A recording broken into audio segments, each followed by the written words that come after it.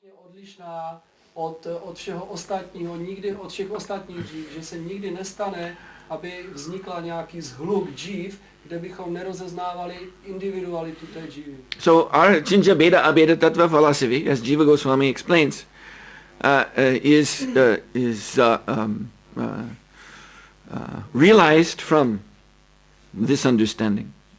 A podle Šrily Goswamiho je tady ta Achintya Bheda Beda Tattva pochopitelná z té odlišnosti těch džív nebo té džívy. Like Bhaktivinoda Thakur says in explaining what this means, Beda Abeda. He says the jiva, the living entity, he is Beda. It is our position, different. A Šrila Bhaktivinoda Thakur vysvětluje, co to je Beda a Beda, že Beda ve skutečnosti znamená dživa, že je odlišná. And the Abeda, the oneness, that is the province, we should say, what is a good word? The prerogative. I don't know if you can translate these words. Prerogative means that, you know this word? No. So that is the option of the Lord. Put it that way. It's not a very good way to say it, but it's the only thing I can think of.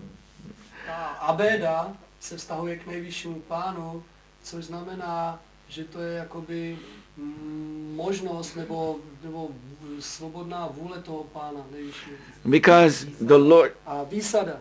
Yes, výsada nejvyššího pána. Because the Lord is Ishvara. Everything is under his control. Protože pán je Ishvara, všechno je pod jeho vládou. And he is Shaktiman. Everything is his energy. A on je Shaktiman, všechno jsou jeho energie. You see? Therefore, everything from his position, everything is one with him. A z jeho pohledu nebo z jeho pozice všechno je jedno s ním. Because everything is under his control. Protože všechno je pod jeho vládou. Now, of course, Krishna at the same time, because he's the supreme personality of Godhead, he is also, by his own position, different from everything. A ve stejnou dobu, protože je nejvyšší osobností božství, tak se také liší ode všeho ostatního. But he is one with everything too. Ale zároveň je také společný se vším. As the controller. Jako vládce. You see? If Krishna, for some reason, wants some living entity to do something, takže například, když Krishna chce, aby nějaká živá bytost něco udělala, then that living entity has to do it. Takže tady ta živá bytost to musí udělat. Because actually we do not have true independence from Krishna. Protože ve skutečnosti nemáme úplnou nezávislost od Krishny. Only that Krishna allows it. Pouze, když nám to Krishna dovolí. But if for some reason he decides to disallow it, then we have to do exactly what Krishna says. A když se stane, že nám to nedovolí, tak to musíme udělat úplně přesně tak, jak Krishna chce. Like someone asked Srila Prabhupada, what is the duty of a living entity who does not serve Krishna? A jednou se někdo zeptal Šrily Prabhupády, co je povinností živé bytosti, která nechce sloužit Krishnovi. And Prabhupada said his duty is to go to hell. A odpověděl, jeho povinnost je jít do pekla. So there's no way out. Takže tam není žádná jiná možnost. Because Krishna is the Lord, we have to go to hell. Protože Krishna je nejvyšší pán, tak musíme jít do pekla. So anyway, this is how Bhaktivinoda Thakur has explained this. Takže tohle to je, jak to vysvětlil Bhaktivinoda Thakur. So we're coming back to the point that Vaishnava philosophy is certainly individualistic. Takže se vracíme zpátky k tomu bodu, že Vaishnavismus je zcela jistě individualistická. But we need to understand why. What is the sense of a jiva, any living entity's individual existence? Why has Krishna manifest his energies in that way? A my musíme pochopit, co je podstatou té individuality každé živé bytosti. Proč to Krishna zapříčinil? Actually, sometimes people are asking this question out of frustration. V skutečnosti někdy se lidé ptají takové otázky z důvodu, že jsou zfrustrovaní. Oh, why do I exist? See? Proč vůbec existuju? Why am I here? Proč jsem tady vůbec? Why should I be a person? Proč vůbec musím být osobou? So much trouble. Tolik problémů. I just want to merge. Já chci splynout. Just become one. Chci být jedno. You see, lose myself in something greater, something infinite. Ztratit své vlastní já v něčem větším, něčem nekonečném. So this attitude is coming out because one has not understood Krishna's intention for our individuality. A tady ten nápad vzniká tehdy, když nepochopíme, co Krishna chce. And so, as I have often explained in these classes, the intention is to relate in a loving reciprocation. Jak už jsem se několikrát zmiňoval, tak to, co Krishna chce, je vztahovat se láskyplně, nebo aby byl láskyplný vztah mezi individuální osobou a jím. Love can only be experienced, shared between two individuals. A láska může být vyměňována pouze mezi dvěma individuálními osobami. Love is voluntary. A láska je svobodná. Therefore the individual living entity has his free will. Proto má individuální živá bytost svobodnou vůli. So that we can choose to surrender to Krishna. Proto se můžeme rozhodnout sloužit Krishnu. We can choose to serve him. Můžeme se rozhodnout mu sloužit. We can choose to offer our heart to him. Můžeme se rozhodnout mu nabídnout své srdce. And because he is so kind and loving, he accepts that. Protože je tak milostivý a miluje nás, proto to přijme. And thus, in this way, the living entity can realize the perfection of his individuality. A tímto způsobem může živá bytost zrealizovat svoji dokonalou individualitu. So I hope that that's clear. Takže já doufám, že je to jasné. But this Western or modern conception of individuality is something altogether different from that. Ale ta moderní nebo ten západní pojem individuality se daleko liší tady od tohoto konceptu. And the Western modern day individualism that you see is so highly prized among people. A v současné době můžete vidět, jak ten individualismus moderní společnosti je vysoko ceněn. Is the result of many years and generations of our being beaten in this Kali Yuga. Ale to je jenom výsledek, že po mnoho let a generací jsme byli mláceni Kali Yugou. You know, the word Kali means quarrel. A znáte slovo Kali, znamená hádka. And quarrel means naturally division. A hádka přirozeně znamená rozdělení. So in the beginning of this age, there was Varna Ashram Dharma, practically it was worldwide. A na začátku Kali Yugy ve skutečnosti Varna Ashrama existovala po celém světě. You can still see the remnants of that social system outside of India when one looks at history going back thousands of years.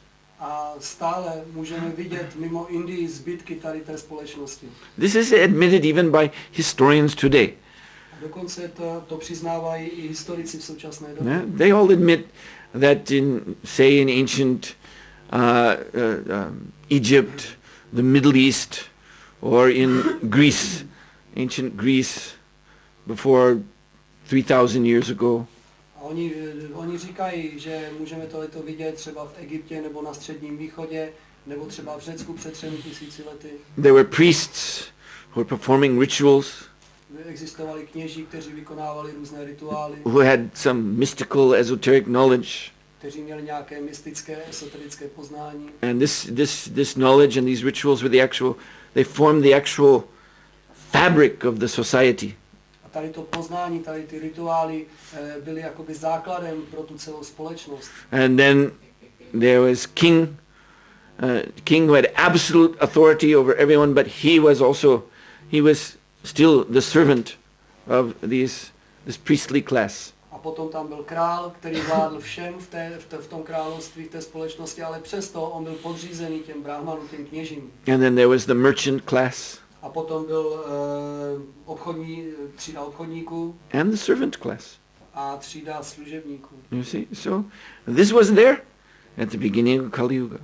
A to existovalo na začátku Kali Yugy. But as Kali quarrel spread, it means that these aspects of the social body became divided from one another, became in conflict with one another.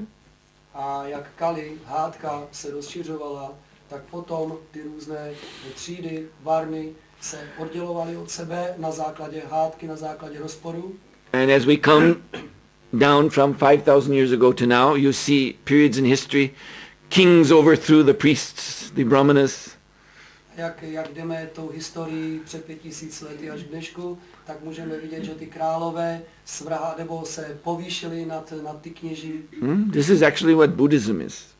To je vlastně buddhismus, to je něco takového. Lord Buddha appeared as a prince, a kshatriya. Buddha se zjevil jako kshatriya, jako princ. And what we see in his life is that he went to brahmanas for knowledge and they were not able to satisfy him.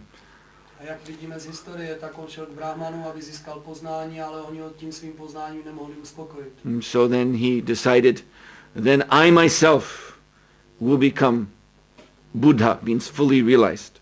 A potom se rozhodl, dobře, takže já sám se stanu sebe realizovaný, stanu se Buddhou. And then after that, the brahmanas were coming to him and taking shelter and becoming his disciples. A potom ti brahmani přicházeli k němu a přijímali u něj útočiště, stávali se jeho žáky. And he was saying, no need for Vedic knowledge. A on říkal, není třeba žádné vědecké poznání. Just listen to what I say. Jenom naslouchejte, co já říkám. So Buddhism is a kind of reaction against unqualified brahmanas. A buddhismus to je taková reakce vůči nekvalifikovaným brahmanům. And the same thing happened in the West in different ways. A to stejné se stalo i na západě různými jinými způsoby. And then later on you see the Vaishyas, they kicked out the Kshatriyas. A později vidíme, jak Vaishové vykopli kshatriye. This is what the great American Revolution is all about. Tak to je, o čem je celá ta velká americká revoluce. There was a King George III. Tak tam byl král Jiří III. In England, v Anglii, presiding over the American colonies.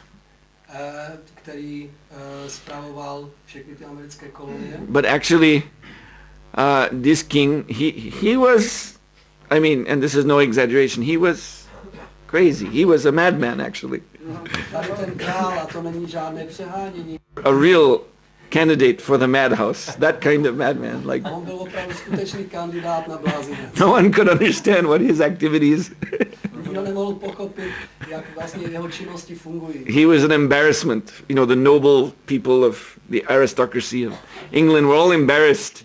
You know, when there'd be some big dinner, luncheon, he would show up drunk or something, you know, and throw food around and say all kinds of nonsense, and everyone was just, you know, who is this person? Why? How can he be king? A on byl ostudou celého toho království, když se někde objevil opilý a začal vyprávět ty svoje nesmysly, tak každý se za něj styděl.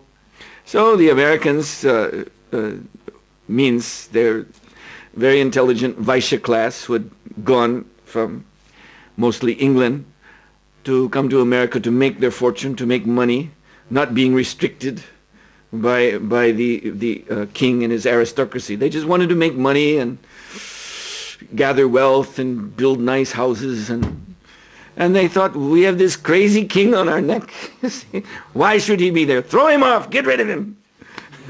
Takže ve skutečnosti, kdo se stal Američanem, byli to ty bohatí Vaishové z Anglie, kteří byli inteligentní a kteří říkali, my máme nad sebou, máme takový závaží na krku toho bláznivého krále a prostě se nám nedaří a oni chtěli prostě jenom vydělat velký peníze a vydělat velký bohatství. Takže co se rozhodli nakonec, svrhneme ho. And nowadays there is ongoing conflict between Vaishyas and Shudras.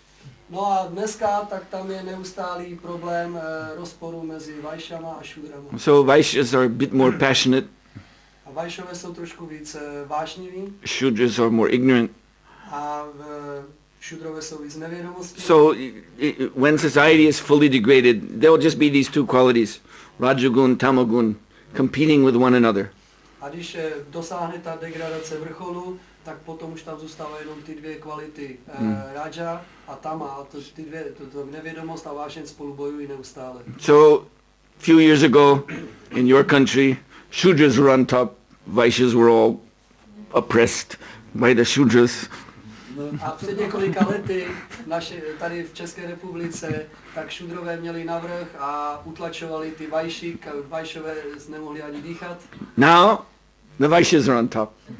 A teďka jsou nahoře Vajšové. Making so much money, driving big cars, a řídí velká auta, building big houses. A staví velké domy. But the Shudras are still there. They're very envious. Ale Šudrové stále zůstávají, jsou hrozně závistiví a nedarují jim to. They're sitting in the pubs, drinking and talking. My boss, he's a total rascal. One day. Sedí ve svých restauracích, ve svých hospůdkách a jenom si stěžují, ale ten můj šéf, ten je hrozný, ale já mu to nedaruji, já mu to vyčiním. Yes, and one day Jednoho dne k tomu dojde. the Shudras will again be on top. Šudrové budou znova nahoře. So it goes back and forth like Takhle this. to jde tam a zpátky. So so finally, you see, when the whole society is simply in chaos, everyone fighting against it, everyone envious of everyone else, fighting everyone else. A nakonec to dochází k tomu, že celá společnost je jeden závidí tomu druhému. Všichni prostě navzájem jsou tak závistiví, že se neustále nějakým způsobem ubližují. Whoever happens to be in charge, there's always others who don't like him, get rid of him. A kdokoliv vládne, tak vždycky existuje někdo, kdo mu závidí, kdo ho nemá rád a vždycky ho chce svrhnout. Where no one trusts anyone else. A nikdo nikomu nevěří. Then we come to this, what is known as modern individualism. A potom přicházíme k tomu, co známe jako moderní individualismus. You see? I will stand on my own. Já se postavím na svý vlastní. You see? Just like, as I said, American Revolution, all the Vaishyas got together. We will stand together against the king. Jako stejně americká revoluce. Všichni Vajšové se dali dohromady a řekli, my se všichni budeme držet v jedno proti tomu králi. You see, they were rebels with a cause. Takže oni byli rebelové proti té příčině. So they could come together, cooperate. A proto mohli spolupracovat a dát se dohromady. But nowadays, this is the time of rebels without any cause. A nyní přichází doba těch rebelů bez jakékoliv příčiny. There was actually a book called Rebel Without a Cause. Existuje knížka, která se nazývá Rebel bez příčiny. And then that was I think came out in 1946. And then a few years later, they made a very influential movie in Hollywood, 1955, with James Dean, called Rebel Without a Cause. Tady ta knížka vyšla ve 46. roce a potom v 55. roce Hollywood vytvořil film s Jamesem Deanem v hlavní roli, který se taky jmenoval Rebel bez příčiny. So they say James Dean, he's the first teenage rebel figure. A že můžeme říct, že ten James Dean, on byl první, který byl z těch ten teenager takovou hvězdou toho rebela. And you see him in his t-shirt and blue jeans and his hair, long hair slicked back. He's got a cigarette on the complete edge of his mouth somehow or other. And he's always like this, hands in pocket, looking like that. A na těch fotkách můžete vidět ve svých modrých džínsech, tričku, ty dlouhý vlasy takhle dozadu zčesaný, s cigárem úplně v koutku, až se tam kam se vešlo a takovým tím znechuceným pohledem se kouká na svět. And in this film, when he talks, he can't make any sense. You see, it's just words come out. I don't know.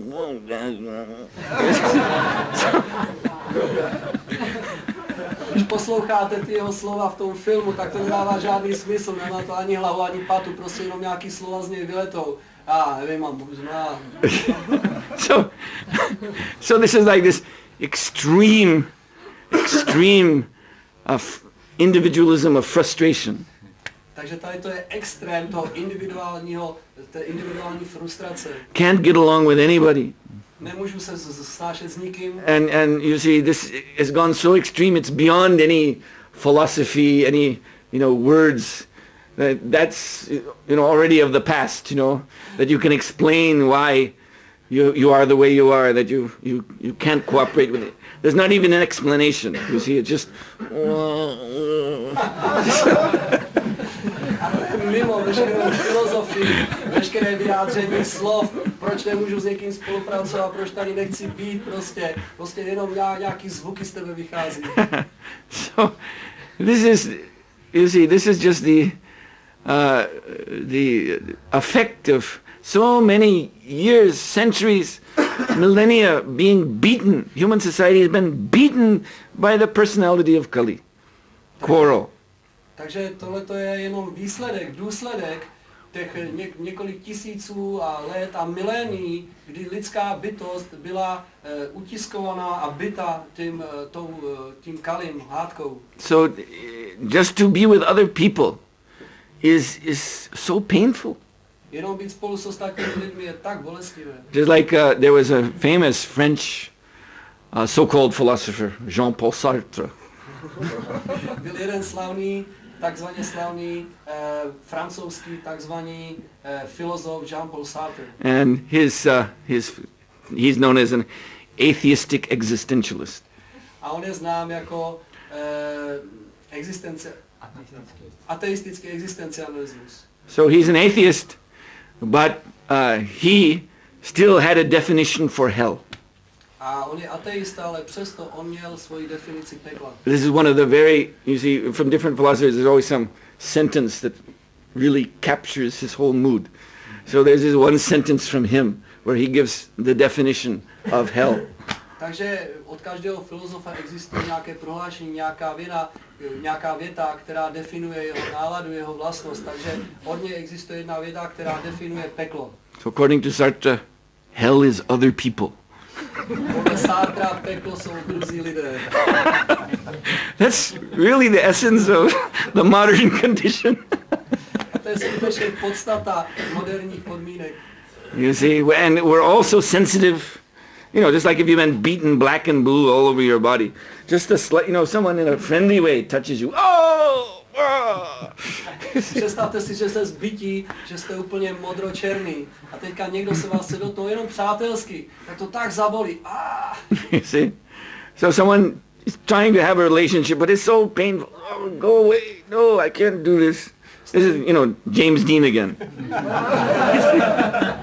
A někdo se snaží s vámi rozvinout nějaký vztah, ale to je tak bolestivé. Znovu se vraceli k tomu Jamesu Deanovi, ten jeho výraz ksichtu.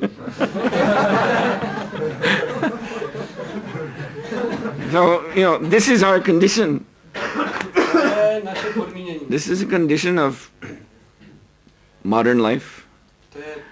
To jsou podmínky moderního života. So this conditioning then, it is a great obstacle in coming to the fulfillment of what Srila Prabhupada is describing here in his purport. A tady to podmínění, to je velká překážka, abychom dosáhli toho, co tady Srila Prabhupada popisuje. This vision of a society in all quarters engaged in Krishna's service. Vize společnosti, která je všude angažovaná ve službě nejvyšší osobnosti. So then, because this is a disease of individualism, we also have to individually seek cure for this disease. What I'm saying is this: the impetus for getting this cure must come from ourselves. We have to. No one else can do this for us. Protože existuje ta nemoc toho individualismu, proto taky musí existovat to rozhodnutí té individuální osoby, aby se vyléčil. To znamená, to rozhodnutí musí přijít od nás jako od individuálních osob. Because that is the disease that we don't want. Protože existuje nemoc, kterou nechceme. I don't want to cooperate with anyone else.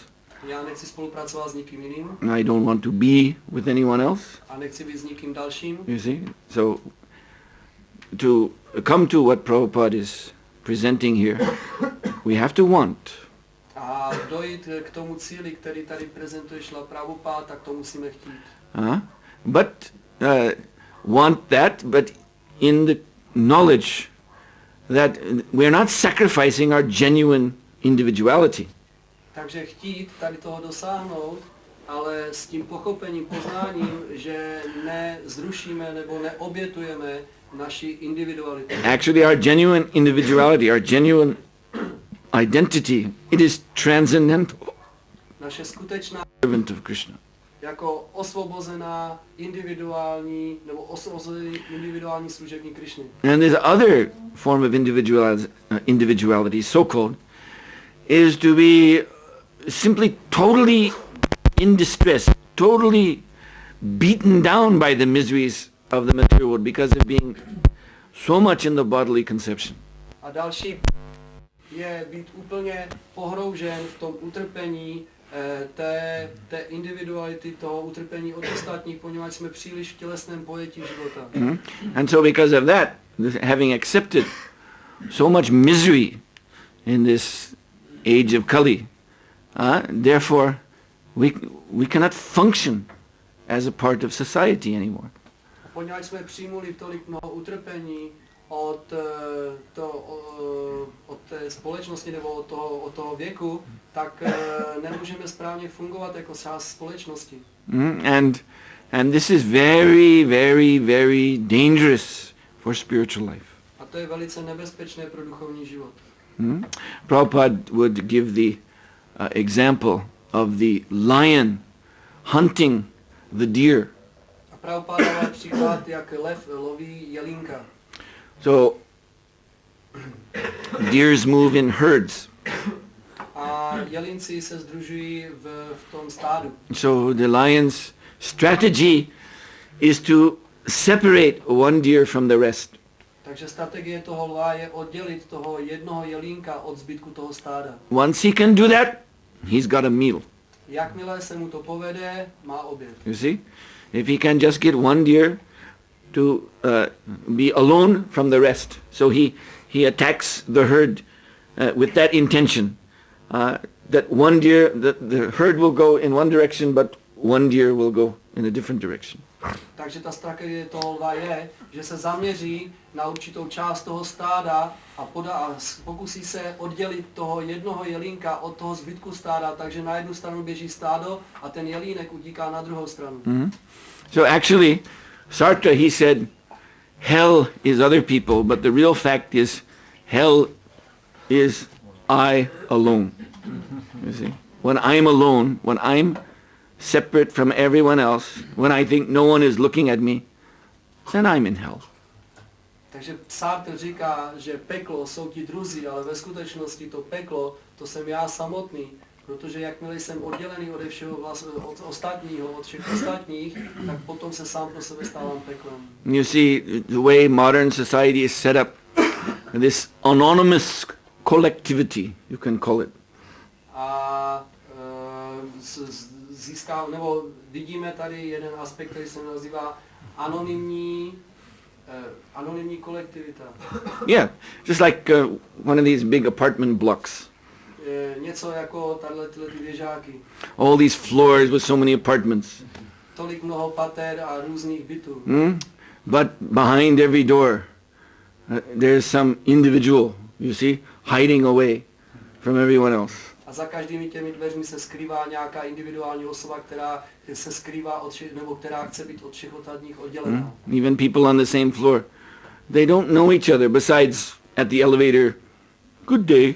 You see, that's all they know.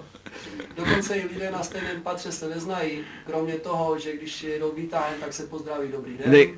They come down from their apartment blocks onto the city street. Hundreds and thousands of people walking together, and none of them know each other. Everyone's alone, actually. A všichni tyhle lidé z těch ohromných věžáků se scházejí v tom ohromném proudu těch ulic, ale ve skutečnosti ani jeden toho druhého nezná, nikdo nezná nikoho jiného. And that's why there's every day you can read in the newspaper or internet news these very bizarre horror stories about what these people are doing because they're alone in their own apartment with their own mind. A každý den můžeme číst v novinách a vidět v televizi různé bizarní situace, které jsou vytvořeny těmi lidmi, který ve skutečnosti se jenom skrývají za těmi svými dveřmi, jenom se svojí myslí a nikdo neví, co ta jejich mysl bláznivá vytvoří. You see, time and time again, we're hearing about some guy living in an apartment building. Everyone would say, well, he was a nice guy. I didn't know him, but he seemed like a nice guy. You see, he was always very polite, so he seemed okay. But the police have broken down his door, and they find in the refrigerator body parts of human, leg and arm. They look on the stove, and there's a brain in the pot. See, he was making human brain soup. They look under the bed, and there's a dead body there, been there for 2 weeks. And this is not rare anymore. This is practically, you can read some crazy story like that every week or 2 weeks from somewhere in the world. Velice často můžete číst o nějaké události, že nějaký chlapík, který bydlel v jednom takovém běžáku v jednom bytě, tak najednou prostě do jeho bytu vtrhla policie. A ti lidé říkali, no to byl docela dobrý chlapík, já proti němu nic, já jsem ho ve skutečnosti neznal a on mě vždycky pozdravil, vypadal tak nějak normálně. A potom, když ta policie vtrhla do toho bytu, tak našla v ledničce mrtvý tělo a tam ruce a nohy. A potom na sporáku v hrnci našli mozek a tam se tam vařil tu lidskou polívku z mozku. A potom pod postelí našli už 14 dní rozložené tělo. Ale prostě nikdo nic nevěděl.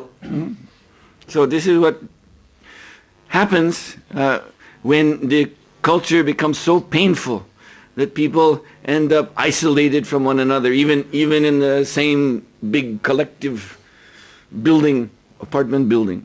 A takové situace se stávají tehdy, když se oddělujeme jeden od druhého. Dokonce, i když to vypadá, že se sdružujeme v tom jednom velkém věžáku, ale ve skutečnosti jsme oddělení. So this isolationism is, spiritually speaking, very unhealthy.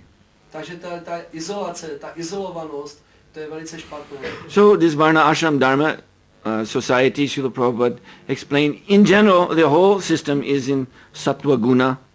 A Srila Prabhupada vysvětluje, že celá Varnashrama dharma v podstatě je umístěná v kvalitě dobra. Mm-hmm. And that means everything is open.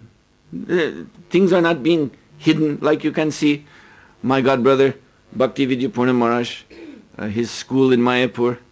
He is purposefully makes these houses, the famous with the grass top. Everything is open. You can see, you can stand outside and see through the whole house. You see, through the bamboo. You can see everything. Nothing can be hidden. And this is the sattvic culture.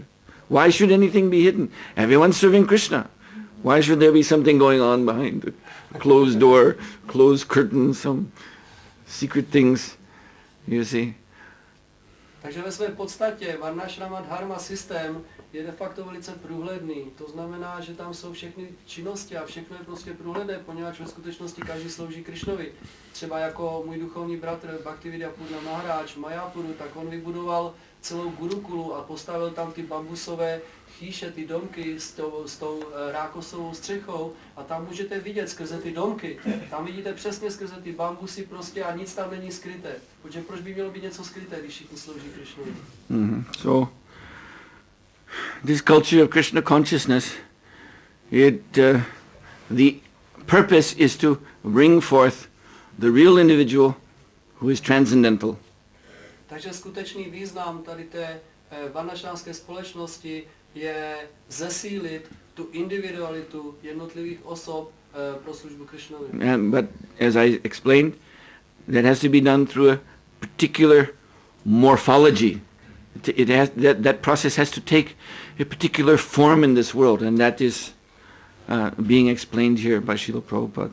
A jak jsem říkal, tohle by se mělo stát pod nějakým vedením takzvané té morfologie, to znamená, že by to mělo mít nějakou formu, nějakou podobu, jak se tady Srila Prabhupada zmiňuje a vysvětluje ve svém významu. It's of course the form of devotional service. Samozřejmě je to podoba udané služby. And when that is manifest in social terms, then it is appearing as Varna Ashram Dharma, Daivi Varna Ashram Dharma. A když se to potom objeví v pojmech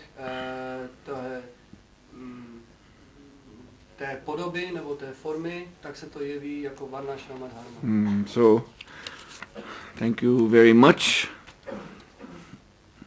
Takže já vám děkuji mnohokrát. Hare Krishna.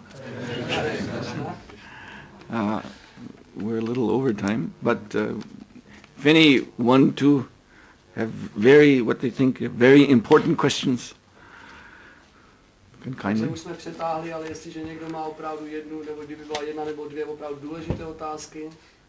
Yes, Prabhuji. Je možný, když všichni se zapojí jako do služby Krishnovi, aby tam vznikla jako tak naprosto dokonalá jako harmonie, že tady vidíme jako třeba z duchovního světa ty dva golpy, vždycky jako tam jako je ten zájem sloužit Krishnovi, ale oni ty dvě křídla spolu nikdy jako nespolupracují.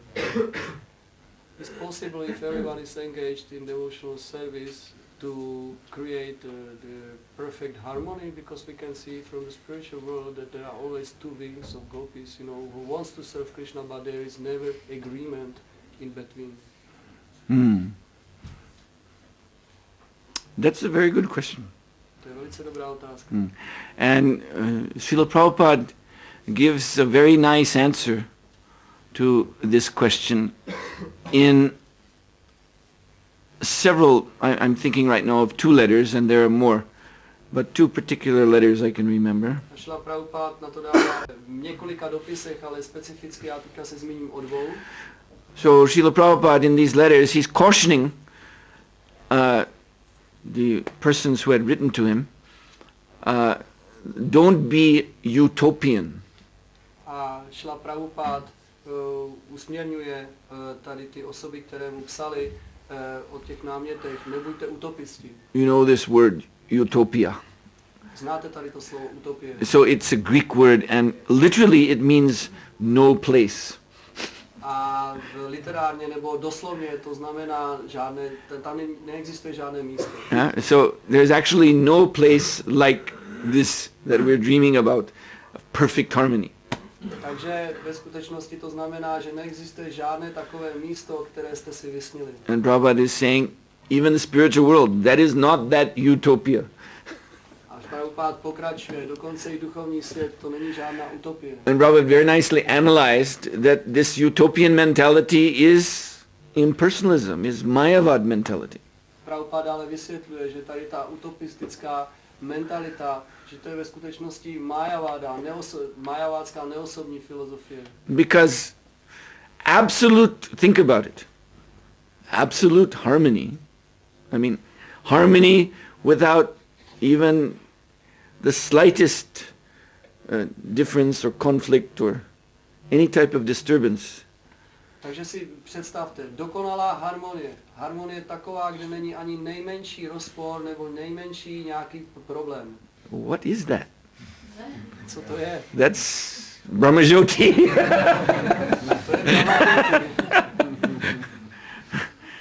So, and then Prabhupada went on to explain, and this is, when you read it, your eyes get big, what Prabhupada is saying.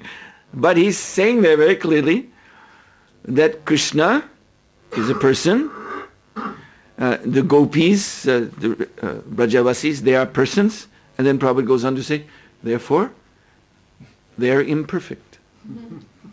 Potom Prabhupada pokračuje, a když to čtete, tak se vám takhle doširoka otevřou oči, poněvadž Prabhupada popisuje, Krishna je osoba a gopie nebo Brajavasis jsou taky osoby, takže oni jsou nedokonalí. Then he explains what he means by imperfect. A potom on vysvětluje, co znamená nedokonalý. He says that Krishna is sometimes so overwhelmed by love of Srimati Radharani that he's cowherd boy, so he attempts to milk a bull. Šla Prabhupada ale vysvětluje, že Krishna je někdy tak zaplaven láskou ke Srimati Radharani, poněvadž je pasáček, pastevec, tak někdy se pokouší dojít býka. So someone who confuses a bull for a cow, that's not perfect. A někdo, kdo si plete býka s krávou, tak není moc dokonalý. That's a mistake. To je chyba. So even Krishna makes mistakes. Takže dokonce i Krishna dělá chyby. You see? And similarly he described the gopis in their love for Krishna, their haste to go meet him. They're putting their cloth in the wrong way. They're putting like the bottom part of the sari on the top and the top on the bottom, and their clothes are disarranged, their makeup is wrong. You see, putting the lipstick on the eyes and the kohl on the mouth and like that. So this is also not perfect. A potom popisuje gopie, které v tom spěchu, jak běží za Krišnou, tak si obleknou sáry úplně obráceně, ten spodní část si dají nahoru a vrchní část dolů a potom ten make-up, turtěnku si namažou na oční víčka a potom ty šminky, tak ty si dají zase na rty. A to není dokonalý. It's not perfect, but it's wonderful. Není to dokonalé a je to úžasné. And it's so charming. You see, if a devotee hears of these pastimes, he becomes charmed. A je to tak okouzlující, když on tady slyší tady o těch zábavách, tak ho to okouzluje. So yes, in rasa, what does rasa mean? Rasa, it means mellow, but it also means taste or flavor. A samozřejmě tady v té ráse, co znamená rása? Rása samozřejmě znamená nálada, ale taky to znamená nějaká chuť. So think of cooking. Třeba v pojmech vaření. You see? So in a nice feast preparation like will be served later today, there are different flavors combined. A stejně jako třeba dneska, tak později se bude sloužit nějaké dobré prasáda a během toho vaření v každé té preparaci je určitá chuť, určitá vůně. And sometimes these flavors are opposites. A někdy se jsou ty protichůdné. Yeah, like sweet and sour.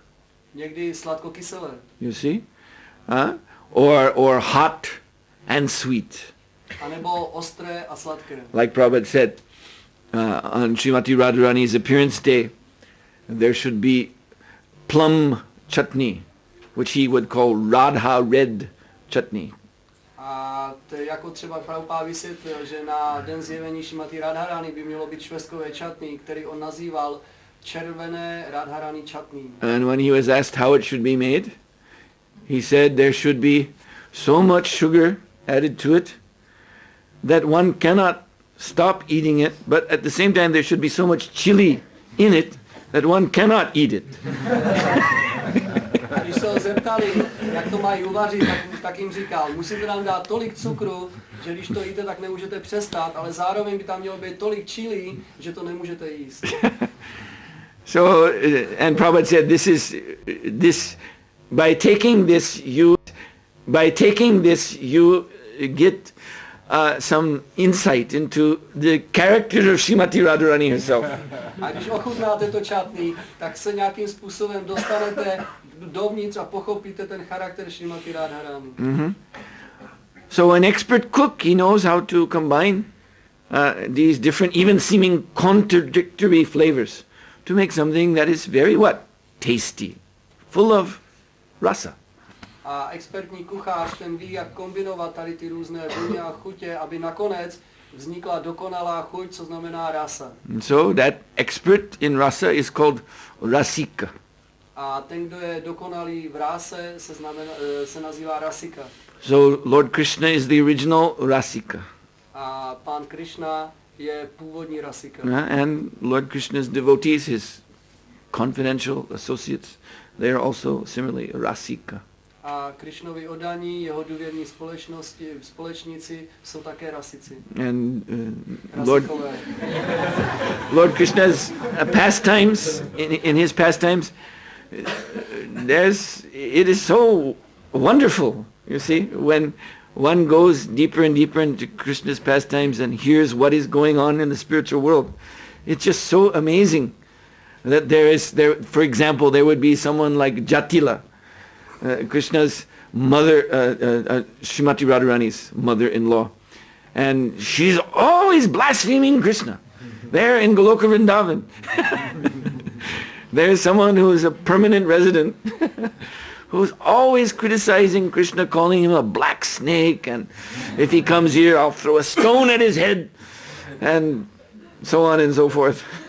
A v Krishnových zábavách existuje tolik chutí, tolik krásy, když jdete hluboko do hloubky těch zábav, jako třeba v zábavě existuje Jatila, která je snachou Radharani A tady ta Jatila neustále pomlouvá Krishnu. Tchyně. Co jsem řekl? No, tchyně.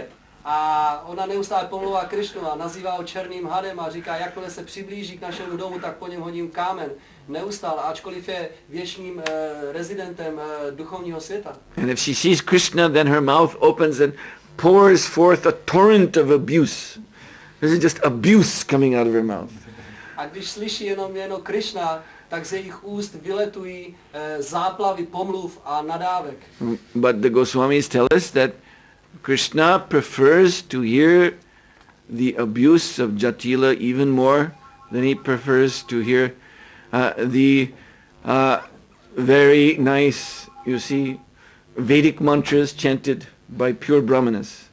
You see, rather his mind is going to that abuse more than to the Vedic hymns. A Goswamiové vysvětlují, že Krishna má radši tady ty nadávky a pomluvy od Jatily, než krásné mantry a verše recitované Védami. Mm-hmm. So anyway, yes, all these different flavors are there in the spiritual world. Takže tady ty různé chutě a nálady existují v duchovním světě. So Prabhupada warned, don't be utopian. Takže Prabhupada varoval, nebuďte utopisti. Which simply means don't be a Mayavadi.